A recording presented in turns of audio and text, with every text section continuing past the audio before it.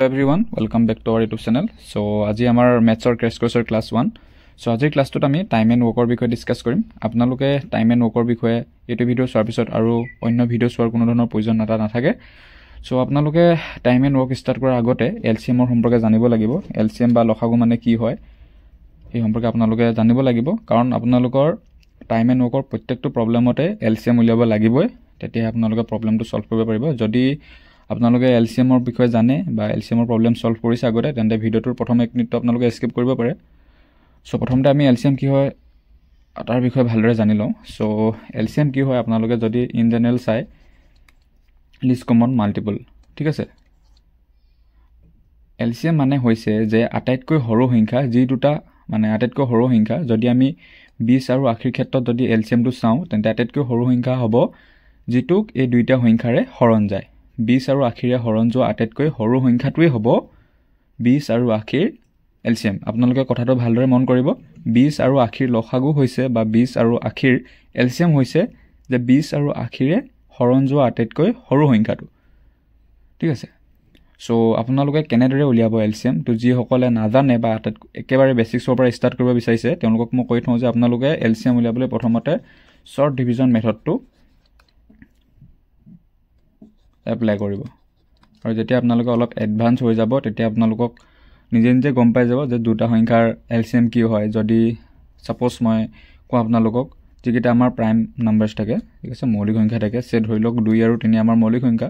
So এই দুটাৰ LCM বুলি ক'লে আমি কি ক'ম যে যদি আমাৰ প্ৰাইম নাম্বাৰ দিয়ে তেন্তে প্ৰাইম নাম্বাৰকেইটাৰ মাল্টিপ্লিকেশ্যন কেইটাই আমাৰ হৈ যাব তাৰ এলচিএমটো, ঠিক আছে। প্ৰাইম নাম্বাৰ হ'লে আপোনালোকে তাৰ মাল্টিপ্লিকেশ্যন দুটাই যদি আমি সংখ্যা দুটাক পূৰণ কৰি দিওঁ তেতিয়া আমি তাৰ এলচিএম পাই যাম। আৰু এতিয়া যদি আমি শৰ্ট ডিভিজন মেথড এপ্লাই কৰোঁ এলচিএম উলিয়াবৰ কাৰণে, তো আপোনালোকে প্ৰথমতে আটাইতকৈ সৰু সংখ্যাকেইটা ডিভাইড কৰি যাব। তো সেই সংখ্যাকেইটা মই আপোনালোকক কৈ দিওঁ, যিকেইটা আপোনালোকৰ প্ৰাইম নাম্বাৰছ আছে সেইকেইটা ডিভাইড কৰিব পাৰে বা অন্য আপোনালোকৰ 4ও হৰণ কৰিব পাৰে। সো আপোনালোকে যদি একেবাৰে বেসিক্সৰ পৰা শিকিব বিচাৰিছে তেন্তে আপোনালোকে 2, 3, 5, 7। সো মেক্সিমাম নাম্বাৰ আপোনালোকৰ এইকেইটাই আপোনালোকৰ এলচিএম উলিয়াব গ'লে এইকেইটাই দৰকাৰ হ'ব শৰ্ট ডিভিজন মেথডত। সো আপোনালোকে চাব যে যিটো সংখ্যা আপোনালোকে প্ৰথমে ডিভাইড কৰিবলৈ ল'ব তো সেই সংখ্যাটোৱে মানে মেক্সিমাম নাম্বাৰক হৰণ কৰিব পৰা যায়। সো ইয়াত কেৱল আমি এতিয়া বেলেগ এটা মানে আমি ডাইৰেক্ট 5 ল'লেও হৈ যাব, কিন্তু আমি সদায় আপোনালোকে চাব যে সৰুৰ পৰা ডাঙৰলৈ যায়, তেতিয়া আপোনালোকক আৰম্ভণিৰ পৰা শিকোঁতে বেছি আপোনালোকে টান যেন নাপাব। সো আমি প্ৰথমতে 2ৰে ডিভাইড কৰোঁ।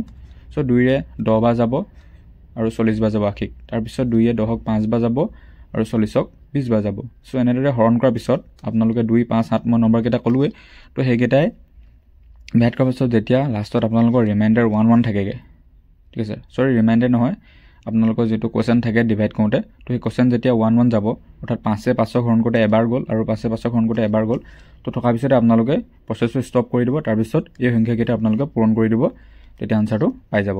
আনচাৰটো 80 হয়। সো মই অলপ আগতে আপোনালোকক কি কৈছিলোঁ যে এলচিএম মানে কি হয়। সো 20 আৰু 80 যদি এলচিএম বুলি কওঁ তেন্তে এই সংখ্যা দুটাৰে ডিভাইড যোৱা আটাইতকৈ সৰু সংখ্যাটো। যেতিয়া আপোনালোকক এনেদৰে 2টা বা 3টা সংখ্যাৰ এলচিএম উলিয়াবলৈ দিব, আপোনালোকে প্ৰথমতে ডাঙৰ সংখ্যাটো চাব। তো এই ক্ষেত্ৰত ডাঙৰ সংখ্যাটো কি হৈ গ'ল, 80 হৈ গুচি গ'ল।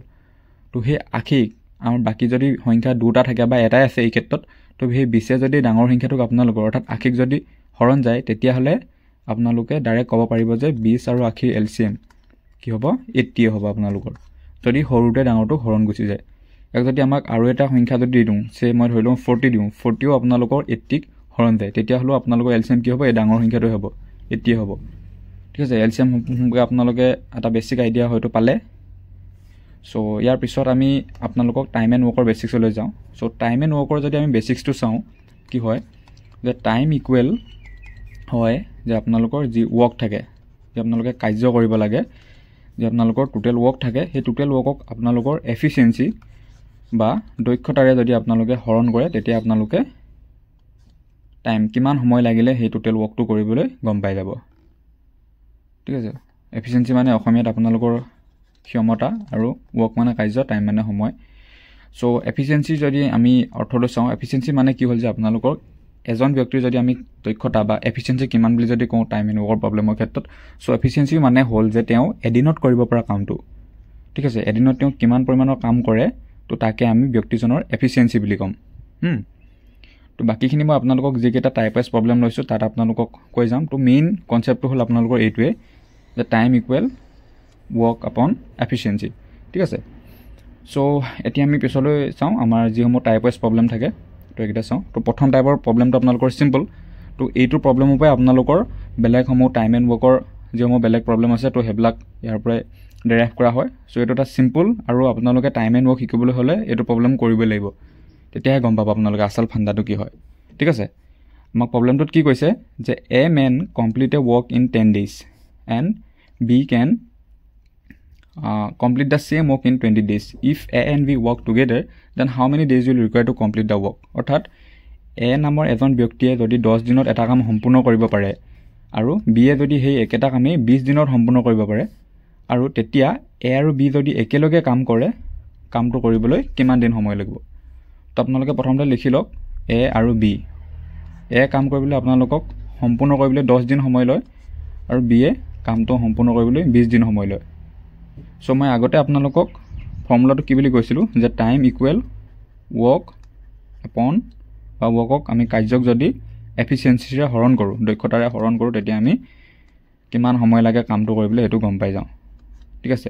এতিয়া ফৰ্মুলাটোৰ মতে আমাক কি উলিয়াব লাগিব যে সময় উলিয়াব লাগিব, আৰু তাক উলিয়াবলৈ হ'লে আমি প্ৰথমতে টোটেল ৱৰ্কটো লাগিব আৰু এফিচিয়েঞ্চিটো লাগিব।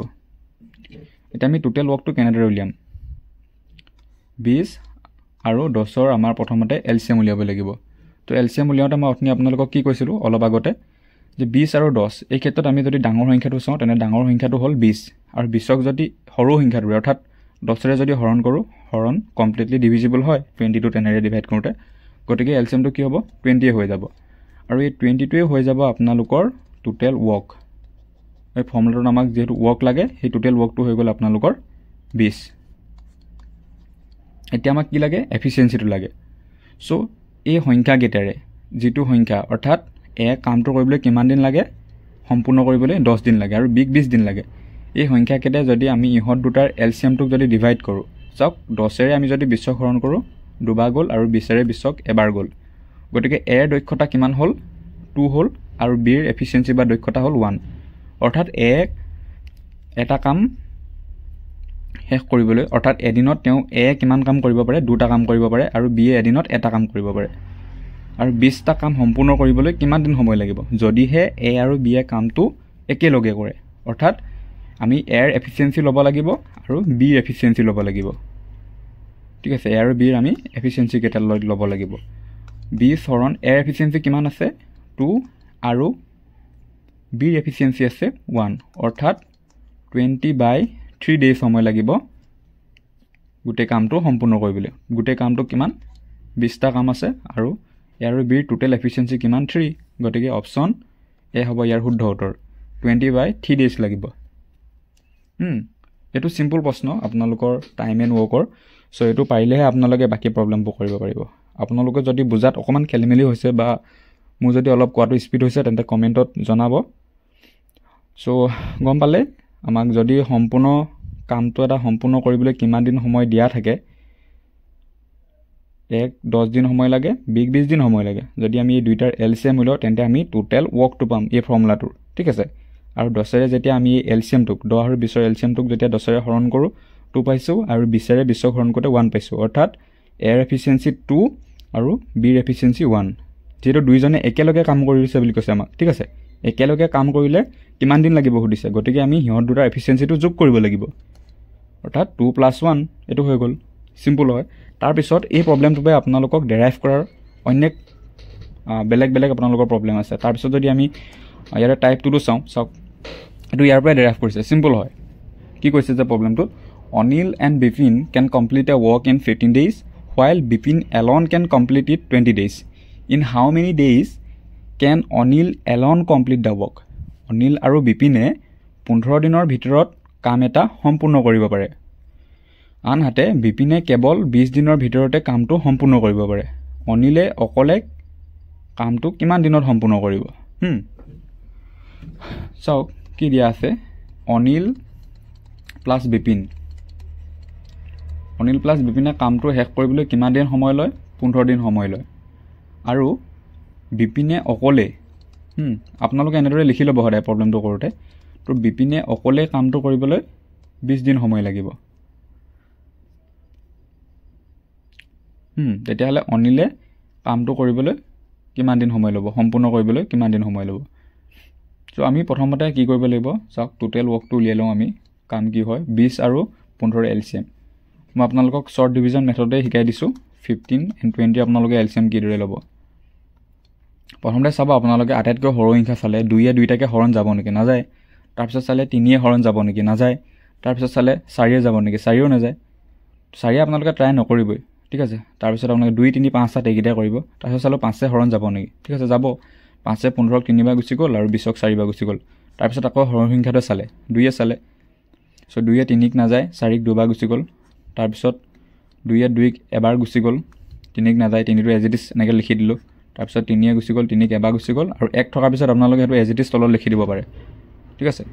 অথনি যদি আপোনালোকে বুজি পোৱা নাছিলে, আই হোপ এতিয়া বুজি পাইছে আপোনালোকে। চ' এতিয়া মই কি কৈছিলোঁ যে এই সংখ্যাকেইটা যদি আপোনালোকে পূৰণ কৰি দিয়ে তেতিয়া তাৰ LCMটো পাই যাব। তো কিমান হ'ব আপোনালোকৰ LCM। চ' LCM কিমান হৈ গুচি গ'ল 5 × 2 × 2 × 3 অৰ্থাৎ 5 4 × 20, 20ক যদি 3 পূৰণ কৰে LCM কিমান হৈ গুচি গ'ল 60 হৈ গুচি গ'ল। চ' টোটেল ৱৰ্ক কিমান হৈ গ'ল আপোনাৰ 60টা ৱৰ্ক হৈ গুচি গ'ল, ঠিক আছে। 60 ৱৰ্ক বুলি আপোনালোকে ধৰি লওক। তো অনিলে অকলে কামটো কৰিবলৈ কিমান দিন সময় লাগিব, ঠিক আছে। এতিয়া আমি কি কৰিম, অনিল আৰু বিপিনৰ এফিচিয়েঞ্চি উলিয়াম, ঠিক আছে। এফিচিয়েঞ্চি কেনেকৈ ওলাই বুলি কৈছিলোঁ, এই 15টোৱে আপোনালোকৰ 60ক হৰণ যাব। 15ৰে 60ক কিমানবাৰ হৰণ গুচি গ'ল আপোনালোকৰ 4 বাৰ যাব, 4 15 = 60 আৰু 20য়ে 20ক হৰণ কৰোঁতে কিমান যাব, এফিচিয়েঞ্চি 3 হৈ গুচি গ'ল। চাওক অনিল আৰু বিপিনৰ এফিচিয়েঞ্চি যেতিয়া যদি আমি যোগ কৰোঁ, অনিল প্লাছ বিপিন, ইহঁত দুটাৰ এফিচিয়েঞ্চি কিমান হৈ গ'ল আপোনাৰ 4 হৈ গুচি গ'ল আৰু বিপিনৰ অকলেই এফিচিয়েঞ্চি 3 হৈ গুচি গ'ল। চাওক মই লিখি দিছোঁ বিপিনৰ এফিচিয়েঞ্চি 3 আৰু আমাৰ যিডাল ইকুৱেল চিন আছিলে ইকুৱেল চিনৰ ৰাইট চাইডে অলৰেডি 4 আছে।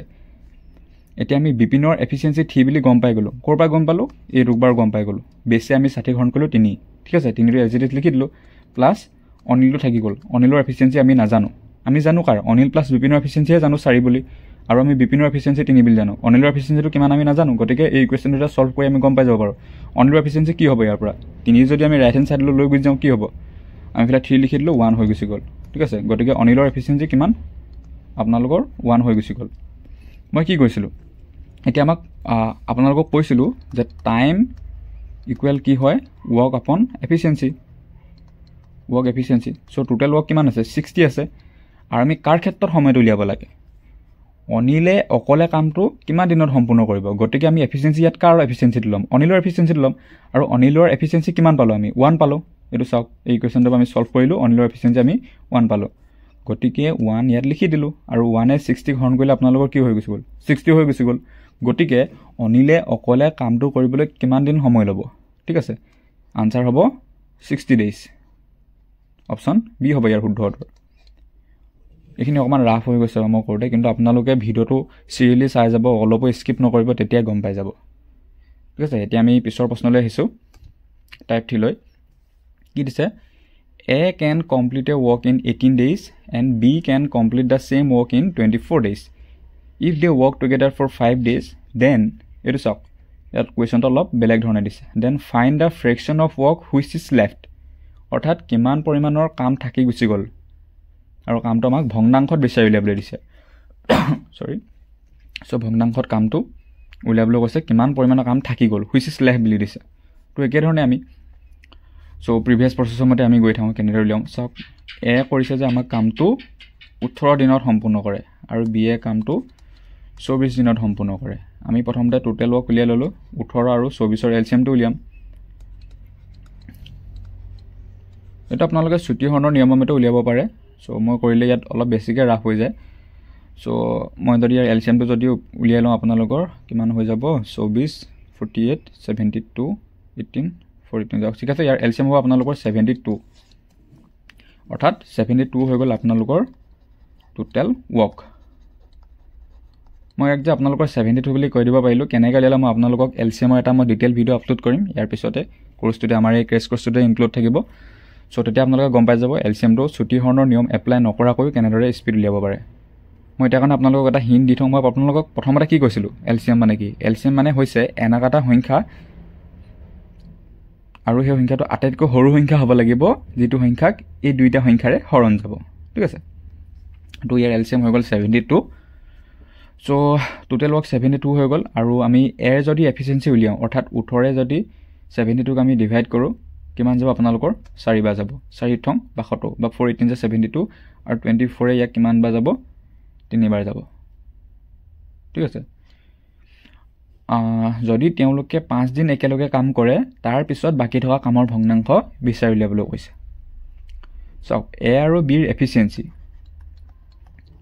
যেতিয়া মই আপোনালোকৰ ইকুৱেশ্যন কেইটা এনেদৰে প্লাছ দি লিখোঁ আপোনালোকে বাই ডিফল্ট এইটো ধৰি ল'ব যে মই ইয়াত এফিচিয়েঞ্চি কেইটাৰ কথাহে লিখিছোঁ চ' এ প্লাছ বি অৰ্থাৎ efficiency of A plus efficiency of B equal কিমান হ'ব 7 ডেইজ অৰ্থাৎ এ আৰু বিয়ে যদি একেলগে কাম কৰে তেওঁলোকে এদিনত 7টা কাম কৰিব পাৰে এদিনত 7টা কাম কৰিব পাৰে আৰু আমাৰ কুৱেশ্যনটোত কি দিছে তেওঁলোকে 5 দিন একেলগে কাম কৰে যেহেতু এদিনত 7টা কাম কৰিব পাৰে গতিকে 5 দিনত কিমানটা কাম কৰিব পাৰে হেতি 7 * 5 ইকুৱেল হৈ যাব আপোনালোকৰ 32টা কাম কৰিব পাৰে যেহেতু সিহঁতি একেলগে কামটো কৰিলে ঠিক আছে 32টা কাম কৰিলে আৰু টোটেল কাম কিমান আছিলে 72টা আছিলে গতিকে বাকি কিমান থাকিলে 72টা কাম টোটেল ৱৰ্ক আছিলে আৰু 32টা সিহঁতি কৰিছিলে তাহলে বাকি কিমান থাকিলে এইকেইটা যদি আপোনালোকে মাইনাস কৰি দিয়ে কিমান হৈ যাব 40 থাকি গুচি গ'ল সৰি মইতো ভুলকৈ কৰিছোঁ আপোনালোকৰ 35 হ'ব লাগে ভুলটো বাবে ক্ষমা কৰিব সো 35 হৈ গুচি গ'ল আপোনালোকৰ তো ইয়াক যদি আপোনালোকে কৰে আপোনালোকৰ যদি মাইনাসটো কৰে 37 হৈ গুচি গ'ল তাৰ পিছত আমাক কিন্তু ফ্ৰেকশনত লিয়াবলৈ কৈছে কিমান কাম বাকি থাকিলে তো এনেইটো আপোনালোকৰ কাম বাকি থাকিলে 37টা আৰু ভগ্নাংশত লিয়াবলৈ কৈছে ভগ্নাংশত লিয়াবলৈ আপোনালোকে কি কৰিব ইয়াৰ তলত টোটেল ৱৰ্কটোৱে হৰণ কৰি দিব টোটেল ৱৰ্ক কিমান আছিলে আপোনালোকৰ 72 আছিলে 72 গতিকে 37/72 ডেইজ ইমানটো কাম তেওঁলোকৰ বাকি থাকিলে ঠিক আছে আজিলৈ ইমানে আপোনালোকে ভিডিঅ'টো শেষলৈ চোৱাৰ বাবে ধন্যবাদ জনাইছোঁ ইয়াৰ পিছৰ পাৰ্টটো মই আপলোড কৰিম আপোনালোকে তাৰ বাবে চেনেলটো ছাবস্ক্ৰাইব কৰি থ'ব ধন্যবাদ